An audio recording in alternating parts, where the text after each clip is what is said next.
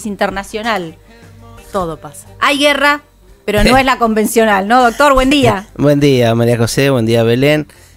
No hay guerra, es más, yo creo que estamos más seguros que antes hasta ahora, es al revés.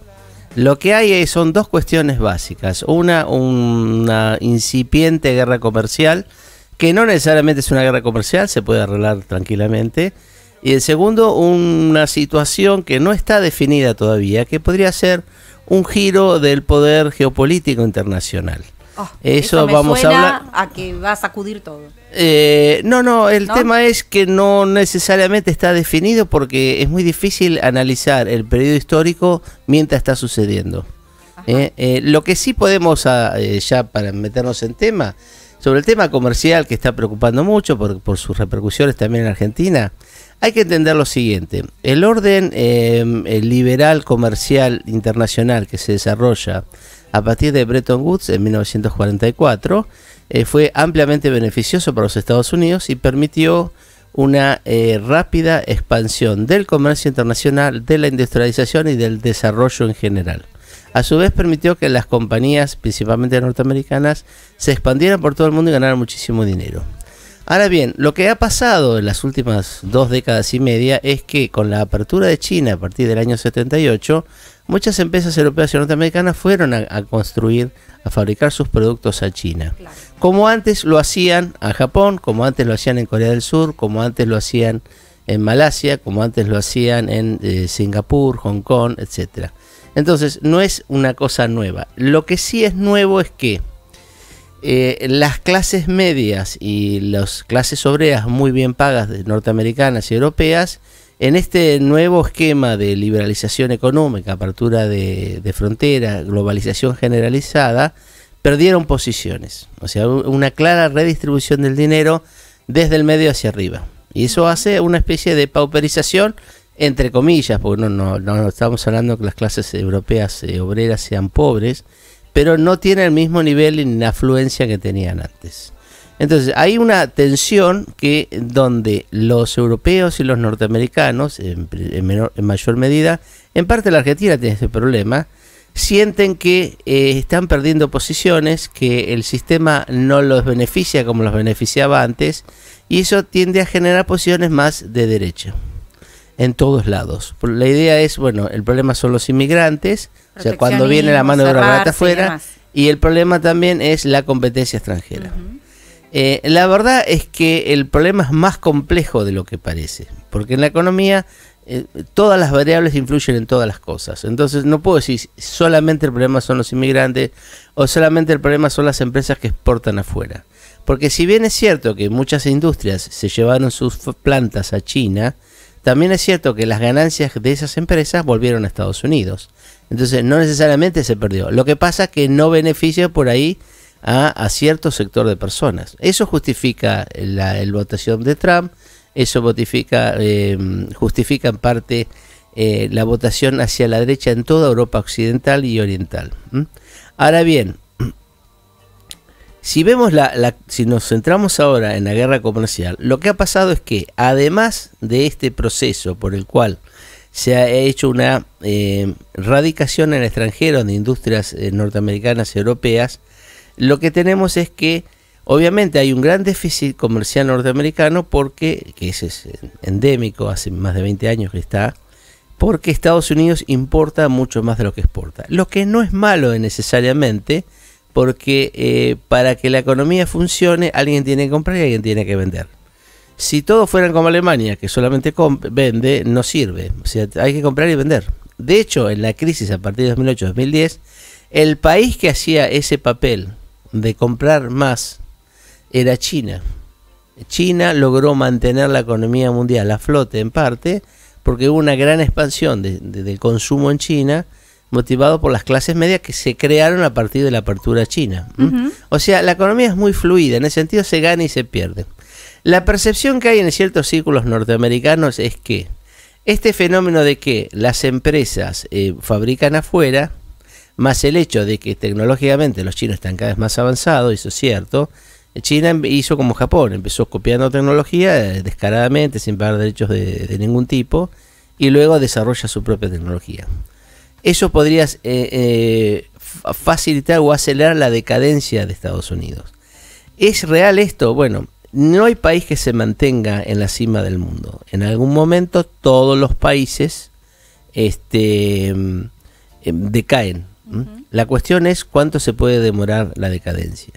La idea de que los chinos puedan sobrepasar tecnológicamente a los americanos ahora parece cierta. No sabemos si va a pasar o no, porque este mismo cuento yo lo escuché en los años 80 en relación a Japón.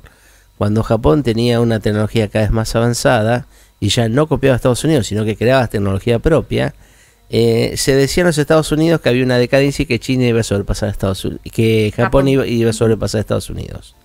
En parte se decía lo mismo Alemania, pero es ridículo porque Japón es un país muy pequeño comparado con Estados Unidos. No tiene materias primas. Estados Unidos tiene materias primas, tiene alto nivel tecnológico. ¿En el caso de China? China tampoco es un gran país beneficiado con materias primas, pero tiene un gran mercado motivado por la gran población. Es una potencia militar de segundo orden, pero no es poco significativo. Y tiene una economía mucho más dinámica. Ahora, de cualquier manera, ¿por qué se produce esta supuesta guerra? Porque Trump dice, los términos del intercambio, o sea, la relación económica entre China y Estados Unidos, está siendo manipulada por los chinos en contra de Estados Unidos. Lo que en parte es cierto, esto hace décadas se está diciendo.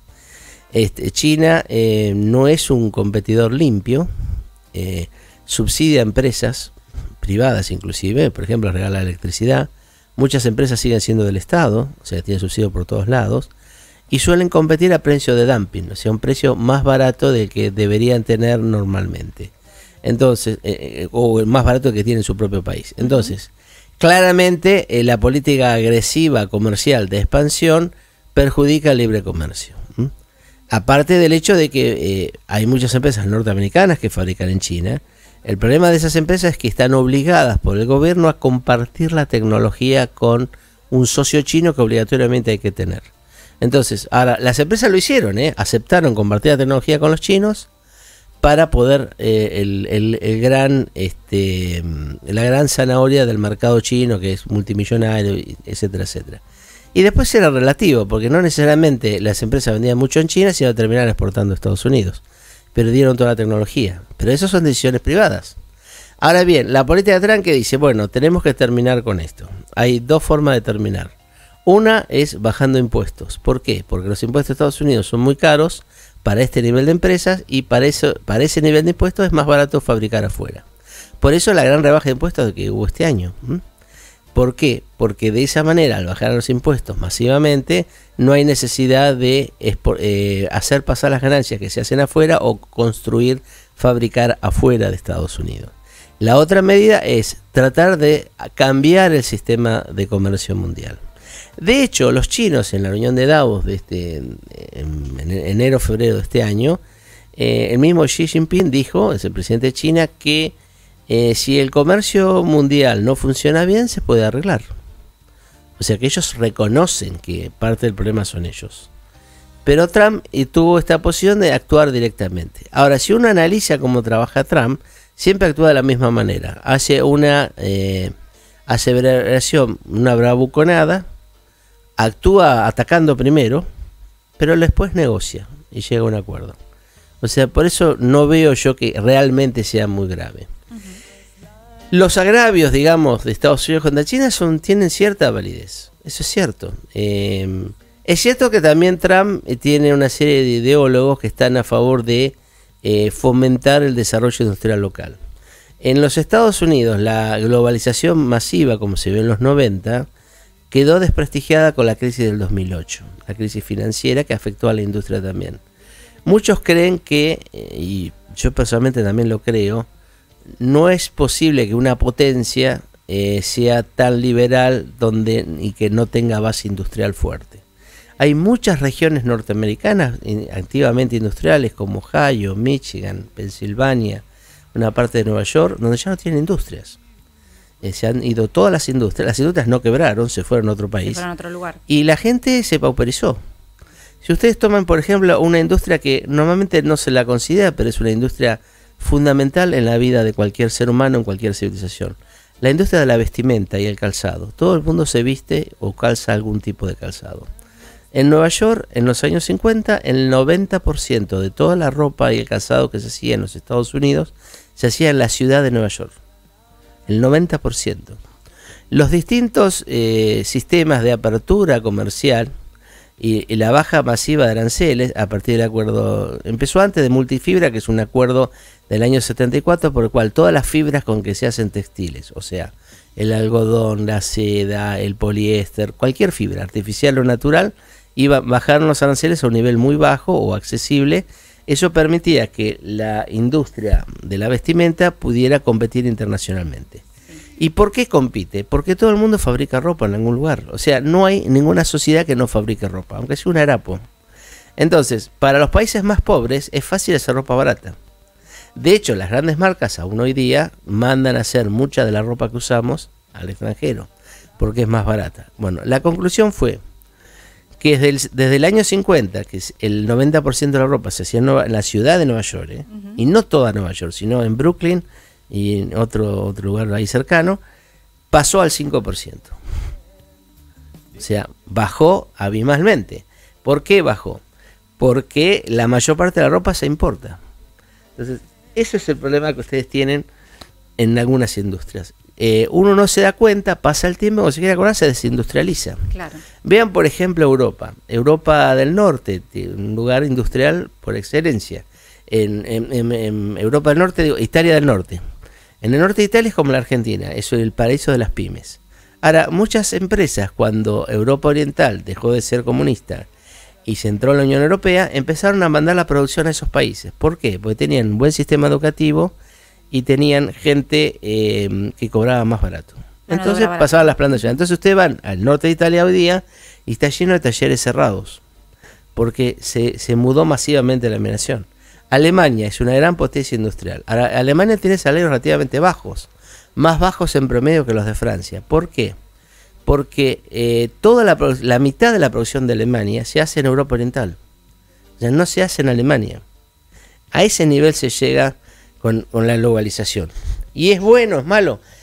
Por un lado es bueno, ¿por qué? Porque más países se industrializan, más clase media crece en otros países. Piensen que hay más de 1.200, 1.300 millones de personas que entran a la clase media desde la caída del comunismo. Entran a la clase media, antes eran pobres o considerados pobres. Entonces, el proceso beneficia a algunos, pero por el otro lado, el tema es hasta dónde beneficia a los otros. La economía igual no es una suma cero, no es que si yo gano el otro pierde. O sea, cuando uno compra algo, si yo compro, no sé, un pullover, y yo gano porque tengo el pullover, y el otro gana porque tiene mi plata. O sea, no es que se pierde. No es que él es más pobre porque no tiene un pullover, y yo soy más pobre porque tengo menos plata. Yo gané con lo que compré. Así que la economía global es también así. Lo que sí es cierto es que la globalización no es totalmente simétrica en todos sus aspectos. O sea, por un lado Estados Unidos es un país que ha abierto mucho su economía, por lo menos para los productos industriales, pero China no. Entonces, ahí el punto de Trump, que es real, es nosotros abrimos nuestra economía. Los otros sacan ventaja, pero ellos no nos dejan entrar a nosotros. Claro. Entonces, ahí en ese punto tiene razón. Y lo mismo pasa con los europeos. Los europeos, por ejemplo, los alemanes, en una época también iban masivamente a China, pero tuvieron tantos problemas que decidieron irse. Ahora, la industria automotriz gana mucho en China.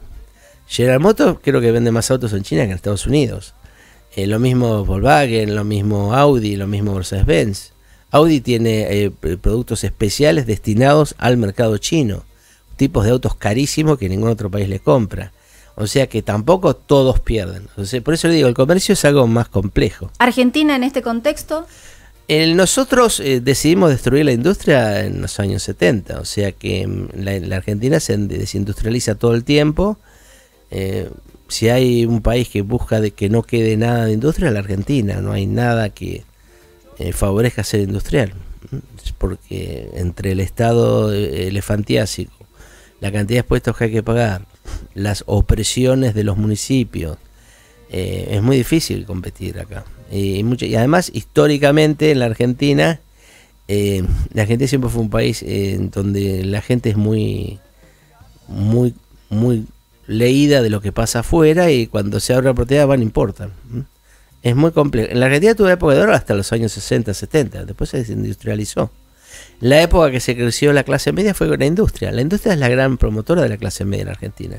Por eso al tocar la industria tocaron una clase media. De hecho, ya a fines del proceso militar se hablaba de clase media intelectual, que era la clase media sin plata. Claro. Eso es un fenómeno muy argentino. O sea, normal es que la clase media viene con cultura.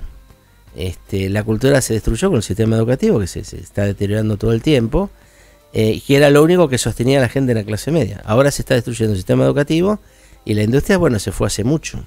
Es muy difícil fabricar. Y eso es que ahora con la tecnología debería ser más fácil. Pero bueno, la Argentina tiene esa actitud muy autodestructiva que hace muy difícil hacer nada acá. Ayer hubo un encuentro de pymes, justamente, herramientas para pymes, que se hizo aquí en Pilar, vino Meyer, ¿no? Que sí, secretario de pymes a nivel nación. Estuvo la gente también de acá del municipio y demás, y todos expectantes para ver cuáles eran los anuncios, cuáles eran las herramientas. Bueno, básicamente todos arrancan por el tema crédito, el financiamiento para poder ampliar la pyme o para mejorar tecnológicamente y demás. Se le preguntó sobre el tema trabajo, puestos de trabajo, que bueno, lo que dijo el ministro es clásico que tengan un freno de mano puesto a la hora de contratar gente, las pymes, porque la incertidumbre hace que ocurra esto, y la situación con los trabajadores, la relación de trabajo, hace que el empresario ponga el freno de mano y no quiera no se anima a contratar más gente. Bueno, yo coincido con él en eso. Es cierto, las relaciones laborales son un problema en Argentina. Es un problema similar que ve en Inglaterra.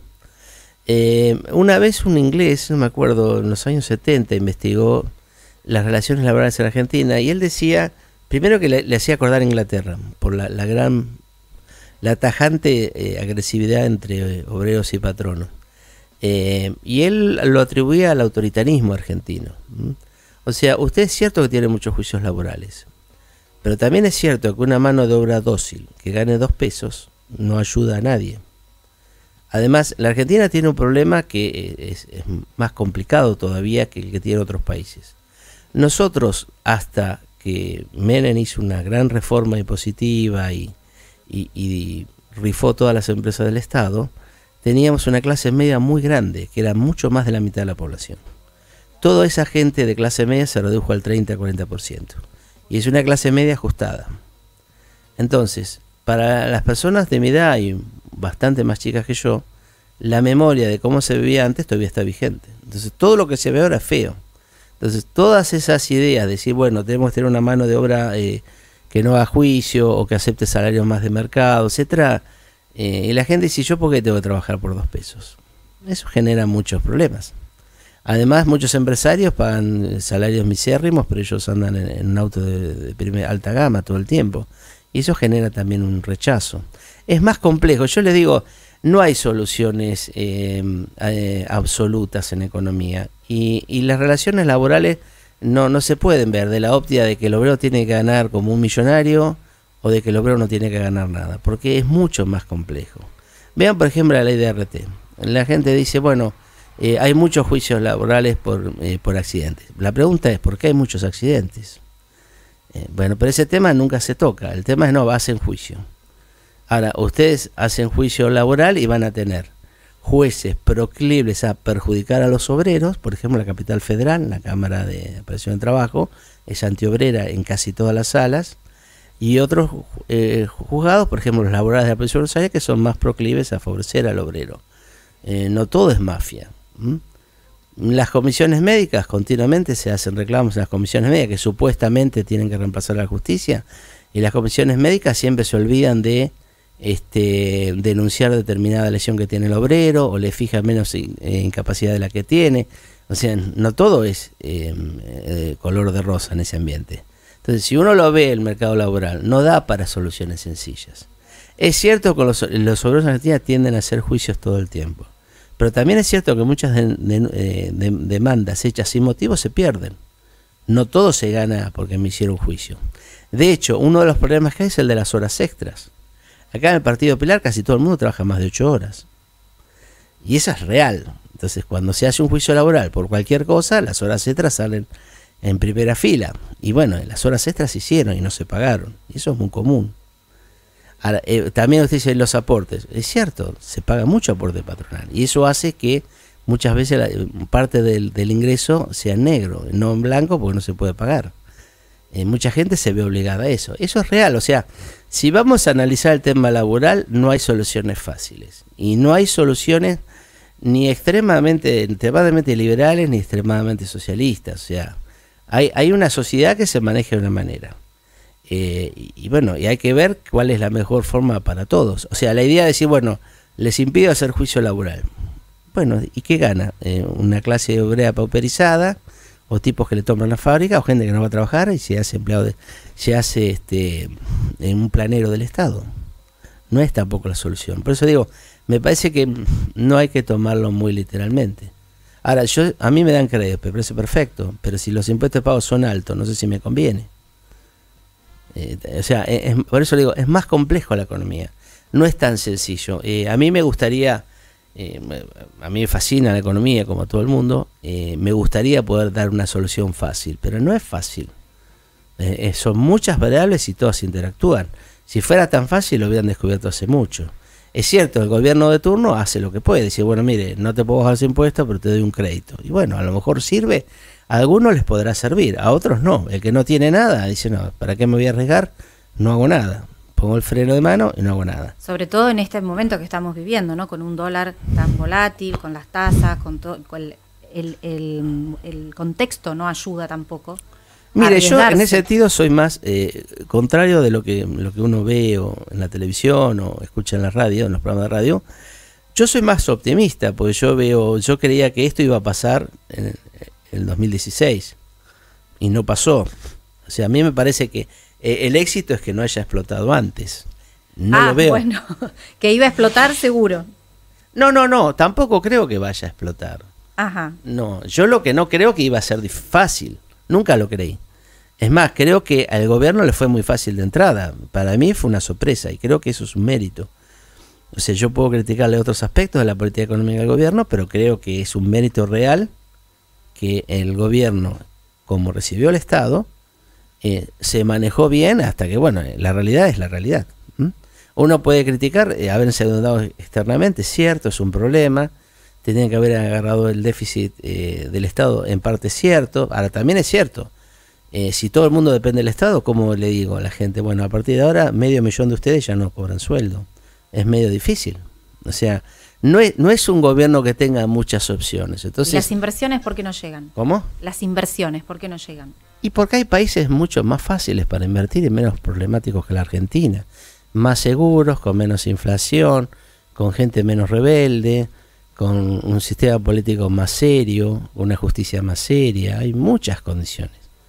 Si vamos a decir que porque el gobierno da crédito a las pymes, por eso van a ir las inversiones. Además sobra capital en el mundo. O sea, lo que viene acá es lo peor, vienen los especuladores. Pero es también lo que el gobierno trajo. Entonces, si yo veo un país está lleno de piratas y especuladores, ¿por qué voy a ir ahí? Por lo menos no voy a poner una industria, voy a llevar capital de riesgo, a ver si puedo ganar 10 veces más de lo normal. Y en cuanto las cosas cambien, me voy enseguida. Es lo que están haciendo. Pero me parece que yo creo que hay que verlo de este punto de vista.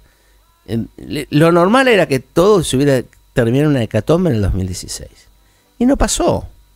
De hecho, la Argentina tiene una capacidad de recuperación extraordinaria. O sea, es un país que se recupera solo, es una cosa increíble. Recuerden, la otra vez lo escuchaba en la radio, yo lo había estudiado cuando estaba en la facultad.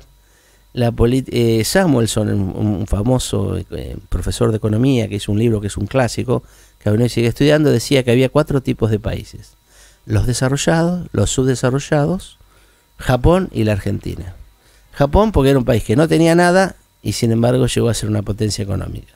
Y la Argentina pues es un país que tiene todo pero nunca sale del fango. Entonces es un caso único en la historia. Y eso es real, es único. Es malo, ¿no? No es bueno eso. Pero también es cierto que la Argentina, de la nada, por ahí viene un boom sojero y se lleva al otro extremo. Después se desperdicia la oportunidad y otra vez una crisis terminal. Y después otra vez recupera. Por ejemplo, la Argentina es uno de los 3 países del Triángulo del Litio. Si se acelera, que no creo porque no hay mucha voluntad, la producción de autos eléctricos, la Argentina sería uno de los principales exportadores de litio del mundo. De hecho, hoy día lo es. O sea que nosotros, donde quiera que se requiera algo, la Argentina siempre lo tiene. Lo que pasa es que la Argentina, de alguna manera, se las ingenia para no beneficiarse de nada que sea bueno. Y ese es el problema nuestro. La verdad que es más profundo. Está en el inconsciente colectivo. No es fácil de resolver este tema.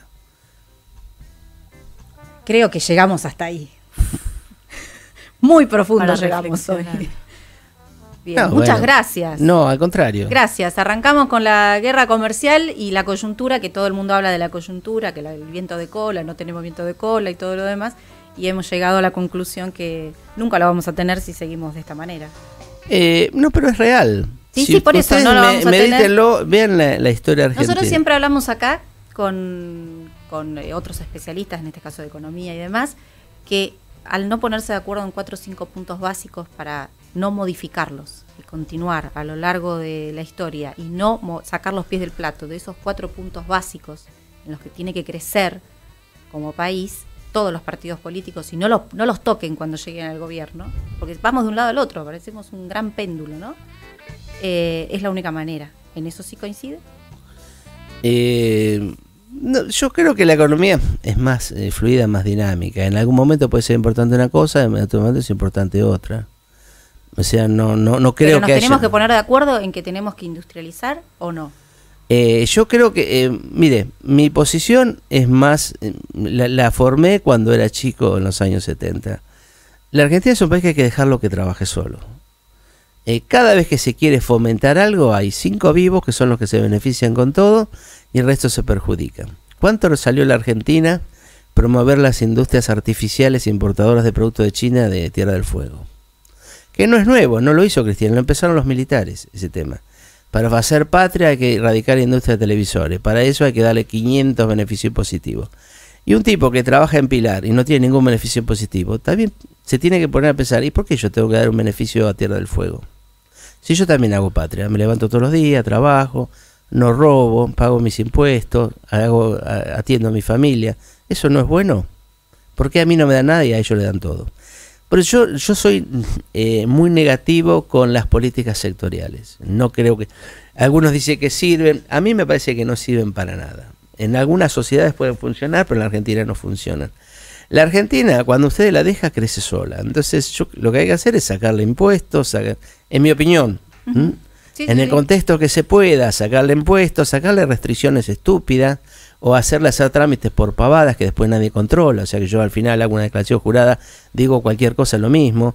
A mí me parece que con eso solo la gente sola sabe cómo hacer plata en Argentina, porque en la Argentina es un país donde la gente es muy ambiciosa, quiere llegar lejos, y si uno la deja, hace cosas. El tema es que tenemos reglamentaciones de todo tipo, leyes de todo tipo, decretos, resoluciones, políticas de todo tipo. Cambian las reglas de juego. Claro, o sea, el Estado no sabe más que nosotros, porque el Estado va a decidir o qué es lo que va a hacer que yo quiera invertir. Si en vez de insistir con destruir la economía para que vengan los capitales a invertir, que en definitiva lo que quieren es una factoría, o sea, un lugar con mano de obra regalada, dejamos que nos concentramos más en la clase media de acá. La clase media genera más trabajo que todas las empresas multinacionales juntas. Usted fíjese, no me acuerdo cuántos millones de empleos privados son de la clase media.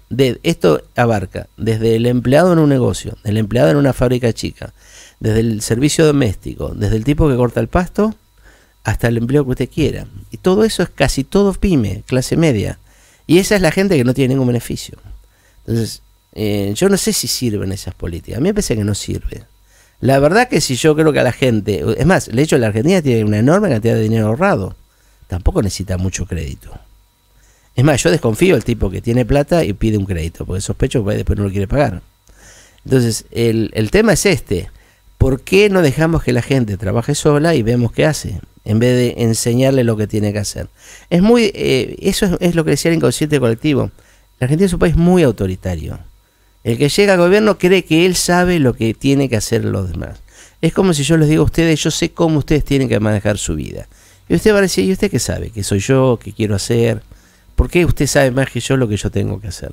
Y yo creo que eso es lo que tenemos que dejar de hacer. Dejar de imponer a otros el nivel de vida y tenerlo aplastado, porque de hecho una de las formas de control social más efectivo es lo económico. Usted tiene a la gente viviendo en la línea de supervivencia. Entonces todo el mundo depende de usted.